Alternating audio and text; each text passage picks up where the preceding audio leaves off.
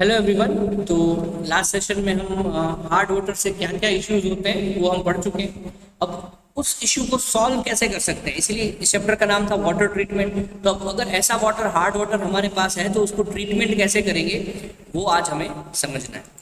ठीक है। तो सबसे पहले उनकी जो मेथड है उसकी एक एक मेन लॉजिक जो है वो मैं आपको बता देता हूँ कि आपके अगर पानी में कोई ऐसा सॉल्ट प्रेजेंट है, ये हम पानी बना देते हैं। ठीक है। अब यहाँ पर मैं सॉल्ट दिखा देता हूँ आपको, सिर्फ ये आपको सॉल्ट दिखा रहा हूँ।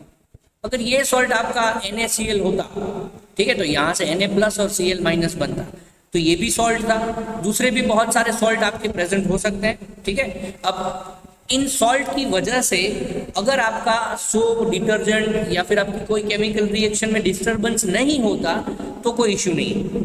ठीक है। लेकिन अगर यहाँ पर आपका कैल्शियम कार्बोनेट, ठीक है, मैग्नीशियम कार्बोनेट ऐसा कुछ प्रेजेंट होगा तो उससे कैल्शियम प्लस टू या फिर मैग्नीशियम प्लस टू जैसे आयंस बनेंगे, जिसकी वजह से आपका क्या बन सकता है, हार्ड वाटर बन सकता है। और ये आपके लिए ज्यादा प्रॉब्लमेटिक होगा। तो आप करना क्या चाहते हो अल्टीमेटली, कि बाहर से कोई ऐसी चीज इसमें ऐड करो जिससे कि ये कैल्शियम और मैग्नीशियम जो है वो उसके साथ यूज हो जाए, ताकि आपके किसी भी रिएक्शन में बीच में वो कोई पर इंटरफियर ना कर पाए। आपको अल्टीमेटली करना यही है पूरे चैप्टर में। आप यही सीखना चाहते हैं कि कैसे इन आयंस को, जो कि हमें डिस्टर्ब करते हैं बीच में केमिकल रिएक्शन में, वो खुद रिएक्ट कर लेते हैं। हमें जो रिएक्शन करवानी थी वो नहीं होगी और ये खुद कैल्शियम मैग्नीशियम के आयन यूज हो जाएंगे। ऐसा हमें नहीं होने देना है। तो अल्टीमेटली हम वही करना चाहते हैं। ठीक है। तो इसको हम क्या बोलेंगे, इसको हम बोलते हैं सॉफ्टिंग ऑफ वाटर। इसको क्या बोलते हैं हम? Softening of water. ठीक है। मैं आपको शॉर्ट में बताऊंगा सारी चीजें। Lime soda method. तो मैं जैसे हमें बताया कि यहाँ पर कुछ ऐड करना होगा जिससे आपके वो आयंस जो है वो काम करना बंद कर देंगे। ठीक है। तो यहाँ से आपकी अगर टेम्पररी या फिर परमानेंट हार्डनेस होगी, उसको हटाने के लिए हम ये लाइम सोडा मेथड का यूज करते हैं। ठीक है। तो इस मेथड का यूज करके हम हार्डनेस को कम कर सकते हैं। ठीक है। और ये इंडस्ट्री में बहुत ही ज्यादा पॉपुलर मेथड होती है। नेक्स्ट अगर मेथड की अगर हम बात करें तो उसका मेथड है परम्यूटेड या फिर जियोलाइट प्रोसेस। ठीक है। अब इसका मतलब हम समझे तो इसमें होता है जियोलाइट। ठीक है। उसके बहुत सारे टाइप्स होते हैं। यहाँ पर हम ZSM5 एक टाइप, ये सिर्फ नाम याद रखना है आपको, ऐसे जियोलाइट का यूज किया जाता है जो कि क्या होता है, शेप सिलेक्टिव होता है। आप समझिए कि अगर एक छोटे से डोर से आपको घर में जाना है तो आप तो जा सकते हो, क्या हाथी जा सकता है अंदर? नहीं जा सकता। ठीक है। तो हम यही करना चाहते हैं कि आपके पास एक मटेरियल होगा जियोलाइट, ठीक है, जिसके अंदर कुछ होल्स होंगे। ठीक है। अब इस होल्स में कोई फिक्स पार्टिकल ही जा पाएगा, सारे पार्टिकल्स नहीं जा पाएंगे। तो हम करेंगे क्या, तो यहाँ से सोडियम प्लस को बाहर निकालेंगे और इसके अंदर कैल्शियम और मैग्नीशियम को अंदर इंसर्ट कर देंगे। तो आपके सॉल्यूशन के अंदर, अगर मतलब आपके जो लिक्विड के अंदर हम डालेंगे, तो यहाँ से जो कैल्शियम मैग्नीशियम जो होगा वो इसके जियोलाइट के अंदर चला जाएगा और सोडियम बाहर आ जाएगा। तो आपके इस सॉल्यूशन में से, इस लिक्विड में से आपके कैल्शियम मैग्नीशियम जो है वो कम हो जाएंगे। तो ये एक मेथड होती है जिससे हम क्या कर सकते हैं, आपके वाटर की हार्डनेस को कम कर सकते हैं। ठीक है। इसका अप्रोक्सीमेट अगर बताएं कि ये जियोलाइट कैसा होगा, ठीक है, तो जियोलाइट का एक फॉर्मूला हम समझ सकते हैं, Na2Al2Si2O8 इंटू 6H2। ये बहुत बड़ी चीज़ है। इसका कंपोजिशन समझना हमारे लिए अभी डिप्लोमा लेवल में हमें नहीं समझना है, बस याद रखना है कि ऐसा कुछ होता है। ठीक है। तो ये हमारे लिए एक इम्पोर्टेंट मेथड होती है और इससे हम बहुत ज़्यादा हार्डनेस को कंट्रोल कर सकते हैं। Next method, third method, ion exchange method. मैं अभी आपको बता चुका हूं कि हमारे लिए ये calcium plus two and magnesium plus too dangerous होते हैं। इसको हम एक्सचेंज कर देंगे बाय एनी केमिकल रिएक्शन करेंगे और उसको चेंज कर देंगे। याद रखना है आपको कि जब भी पॉजिटिव आयन होता है, पॉजिटिव आयन को क्या बोलते हैं, कैट आयन। याद रखना, घर में जो बिल्ली होती है ना कैट, वो पॉजिटिव होती है, ऐसे याद रखते हैं। तो ये पॉजिटिव आयन जो होता है उसको क्या बोलते हैं, कैटायन। और जो नेगेटिव आयन होते हैं, ठीक है, जैसे कि मैं लिख दूं Cl माइनस, तो नेगेटिव आयन्स को क्या बोलते हैं, एनायंस। ठीक है, तो इसमें दो मेथड होती हैं, cation exchanger method, cation exchange, और दूसरा क्या होता है, एनायन एक्सचेंज। ये दो मेथड का यूज किया जाता है। ठीक है, कैसे करते हैं, देखो सबसे पहले कैटायन एक्सचेंज, हमने कोई कंपाउंड लिया जो Ca+2 को रिप्लेस कर देगा।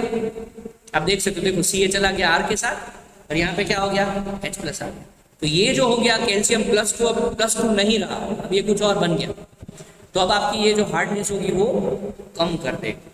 नेक्स्ट की अगर बात करें, हम ऐसा कुछ ऐड करेंगे, ठीक है, यहाँ पर जैसे कि SO4 ये क्या है, नेगेटिव आयन। ठीक है, नेगेटिव क्या बोलते हैं, एनायन बोलते हैं।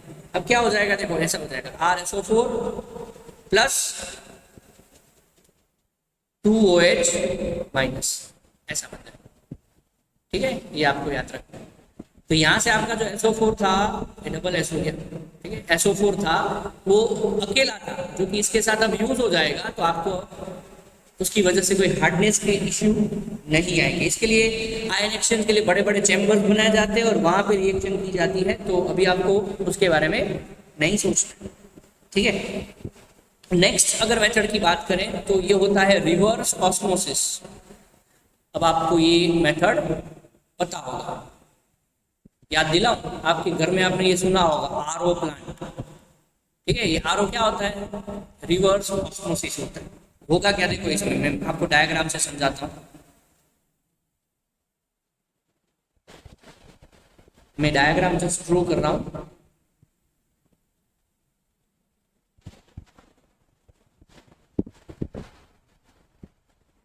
ठीक है, अभी फ्री हैंड ड्राइंग बना रहा हूँ, तो आपको थोड़ा समझना होगा, आपको स्केल से पेंसिल के साथ ड्रॉ करना होगा।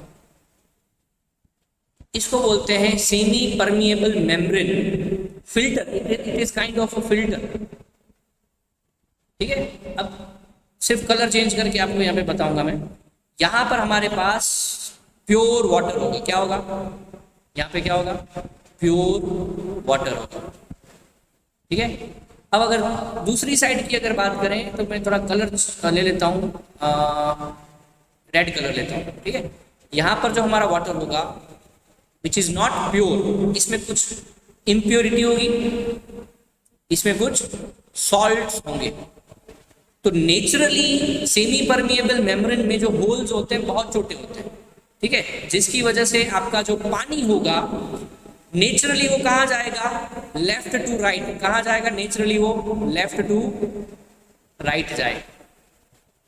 इसका मतलब प्योर वाटर जो होगा वो क्या हो जाएगा, इम्प्योर होने लगेगा नेचुरली।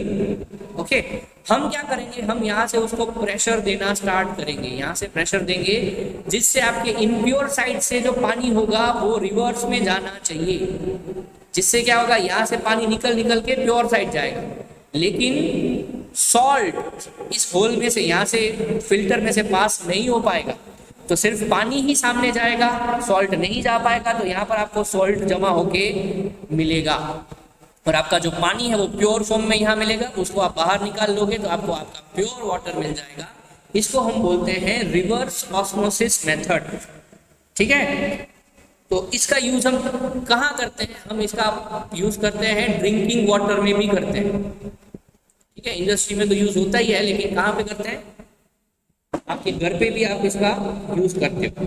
ठीक है, ड्रिंकिंग वाटर के लिए बहुत सारी मेथड और भी होती है, जैसे कि अगर हम बात करें सेडिमेंटेशन।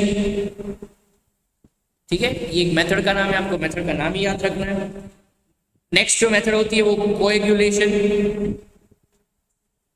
ठीक है, नेक्स्ट अगर मेथड की बात करें बहुत अच्छे से हम जानते हैं फिल्टरेशन। फिल्टर तो आपने किया होगा, फिर ये घर पे आपकी मम्मी करते होंगे, बॉइलिंग, पानी को उबालते हैं। ठीक है, फिर क्लोरीनेशन, है ना, घर पे वो क्लोरीन की टैबलेट्स होती है जो हम पानी में डालते हैं। ठीक है, ये छोटी छोटी कुछ मेथड्स हैं जो आपने कहीं ना कहीं देखी होगी। ठीक है, दूसरा क्या होगा, ब्लीचिंग पाउडर। ब्लीचिंग पाउडर का यूज करते हैं। ठीक है, CaOCl2 इसको ब्लीचिंग पाउडर बोलते हैं, उसका यूज किया जाता है। ठीक है, तो ये हमारी कुछ मेथड्स हैं, ठीक है, जिसका यूज करके हम हमारे घर के पानी को क्लीन कर सकते हैं, ठीक है। तो दूसरे बहुत सारी मेथड्स होती हैं जहाँ पे हम सुएज वाटर को आप जनरली गटर लाइन से समझ सकते हो, लेकिन सुएज वाटर जो बहुत ही गंदा पानी होता है जिसको हमें कहीं रिवर में या फिर सी में हमें लेके जाना होता है, ठीक है। तो ऐसा पानी तो लेके नहीं जा सकते, तो इसको भी हमें क्या करना पड़ता है, ट्रीट करना पड़ता है, और इसमें से इम्प्योरिटीज को निकालना होता है। उसके लिए भी बहुत सारी मेथड्स का हम यूज करते रहते हैं। उसमें भी रिवर्स ऑस्मोसिस मेथड, इलेक्ट्रोडायलिसिस, ये सारी मेथड हम यूज करते हैं, ठीक है। तो ये कुछ ओवरव्यू था इस चैप्टर का जो मैं आपको यहाँ पे बता चुका हूँ, ठीक है। तो इस चैप्टर में आपको ज़्यादातर चीज़ें इसी बारे में पढ़नी थी कि वाटर ट्रीटमेंट क्यों करते हैं, कैसे करते हैं, कौन कौन सी मेथड्स होती हैं, ठीक है। बहुत ज़्यादा डिटेल में भी समझने की ज़रूरत नहीं है, और अगर आपको इस बुक में से पढ़ने के बाद अगर कुछ समझ में नहीं आता तो आप मुझे कॉन्टेक्ट कर सकते हो, ठीक है। तो आज के लिए इतना ही। अब नेक्स्ट यूनिट में मिलेंगे हम नेक्स्ट टॉपिक के साथ। Thank you.